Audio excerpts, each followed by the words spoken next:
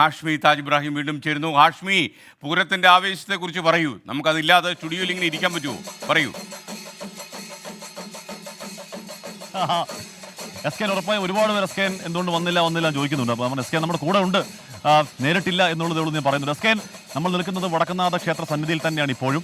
ഇവിടെ നിൽക്കുമ്പോൾ വല്ലാത്ത ഒരു ആവേശം, വല്ലാത്തൊരു ഫീൽ. എസ് കെ ഇവിടെ രാവിലെ മുതൽ തന്നെ നല്ല ചൂട് നമുക്ക് തോന്നുന്നുണ്ടെങ്കിലും അത് യഥാർത്ഥത്തിൽ ചൂടല്ല, നിലാവാണ് എന്ന് പറയുകയാണ് തൃശ്ശൂർകാർ. അവർക്ക് ആ ചൂട്, ആ വെയിൽ അവർക്ക് അനുഭവിക്കുന്നതേ ഇല്ല. അപ്പോൾ എന്തുകൊണ്ട് ഇങ്ങനെ വെട്ടി വീർക്കുന്നു എന്ന് ചോദിക്കരുത്, നിലാവത്തും ചിലപ്പോൾ വീർക്കാറുണ്ട്. എസ് കെ എന്തായാലും ആവേശം അതിൻ്റെ പരകോടിയിലേക്ക് പോകുന്നു. എസ് കെ എന്താ ഇവിടെ വടക്കുന്നാഥ ക്ഷേത്ര സന്നിധിയിലേക്ക് ആദ്യത്തെ ഘടകപൂരം, പൂരത്തിന് സമാനമം കുറിച്ചുകൊണ്ട് കണിമംഗലം ശാസ്താവ് വലം വെച്ച് പടിഞ്ഞാറേ നടയിലൂടെ പുറത്തേക്ക് പോവുകയാണ്. ഇപ്പോൾ ഇവിടെ നിന്ന് കാണാൻ തെക്കേ നടയിൽ കൂടി കടക്കാൻ അവകാശമുള്ള ഏക ഘടകപൂരം കണിമംഗലം ശാസ്താവണി, ലാലൂർ ഭഗവതി അടക്കം ഓരോരോ 8 ബാക്കി 9 ഘടകക്ഷേത്രങ്ങൾ, ഘടകപൂരങ്ങൾ അടിവച്ചടിച്ച് പൂരക്കയറ്റം എന്നാണ് അവിടെ പറയുക. അപ്പോൾ അങ്ങനെ പൂരക്കയറ്റത്തിൽ വരാൻ പോകുന്നു.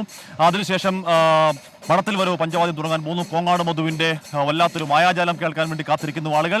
ഇങ്ങോട്ടേക്ക് ഒരുപാട് ആളുകൾ. എസ് കെ ഈ 36 മണിക്കൂർ എന്ന് പറഞ്ഞാൽ സമാനതകളില്ലാത്തത്, ലോക ചരിത്രത്തിൽ അല്ലെങ്കിൽ the greatest show in the planet earth എന്ന അക്ഷരാർത്ഥത്തിൽ പറയാൻ കഴിയത്തില്ല. ലോകത്തൊരിടത്തും ഇത്തരത്തിലില്ലാത്ത രീതിയിൽ ഉള്ള വല്ലാത്ത ഒരു മായികാനുഭവമാണ്. ഒരു മായികാനുഭവം എന്ന് തന്നെ കൃത്യമായി പറയാം. ആ അനുഭവം നേരിട്ടറിയാൻ, പൂരം അറിയാൻ, പൂരത്തിൽ അലിഞ്ഞങ്ങില്ലാതാവണം എന്നാണ് തൃശ്ശൂരുകാരുടെ ആഗ്രഹം. അപ്പോൾ അങ്ങനെ അലിഞ്ഞില്ലാതാവാൻ ഒരു 100 കണക്കിന് ആളുകൾ ഇങ്ങോട്ടേക്ക് അല്പസമയത്തിന് എത്തിച്ചേരാൻ പോകുന്നു. കൂടുതൽ ആനകൾ ഇങ്ങോട്ടേക്ക് എത്തിച്ചേരാൻ. എസ് കെ ആനകൾ ഇങ്ങനെ ഒഴുകുകയാണ്. നമ്മൾ ആനകളുടെ ഒരു അലസഗാമിനി എന്നൊക്കെ പറയുന്ന രീതിയിൽ ആനകൾ അങ്ങനെ വിലാസയായി അങ്ങനെ നടക്കുന്ന ദൃശ്യങ്ങൾ കാണാൻ തന്നെ ഭംഗിയാണ്. ഏറ്റവും പ്രധാനപ്പെട്ട ആകാംക്ഷ തെച്ചിക്കോട്ടുകാവ് രാമൻ എന്നൊരു ഉണ്ട് എന്നുള്ളതാണ്. എസ് കെ അവരുടെ രാമൻ, ആരാധകരുടെ രാമൻ എന്താണ് തലപ്പൊക്കത്തിൽ ഒക്കെ വലിയ മമ്മൂട്ടിയെക്കാളും മോഹൻലാലിനേക്കാളും ഷാരൂഖ് ഖാനേക്കാളും സൽമാൻ ഖാനേക്കാളും സാക്ഷാൽ അമിതാഭ് ബച്ചനേക്കാളും ഒക്കെ വലിയ ആരാധക വൃന്ദമുള്ള, വൈകാരിക ആരാധകരുള്ള സാക്ഷാൽ തെച്ചിക്കോട്ടുകാവ് രാമൻ അല്പസമയത്തിനകം പൂരനഗരിലേക്ക് നെയ്തലക്കാവിലമ്മയെ തിടംപേറ്റിക്കൊണ്ട് ഇങ്ങോട്ടേക്ക് എത്താൻ പോകുന്നു. അതൊക്കെ അവർക്ക്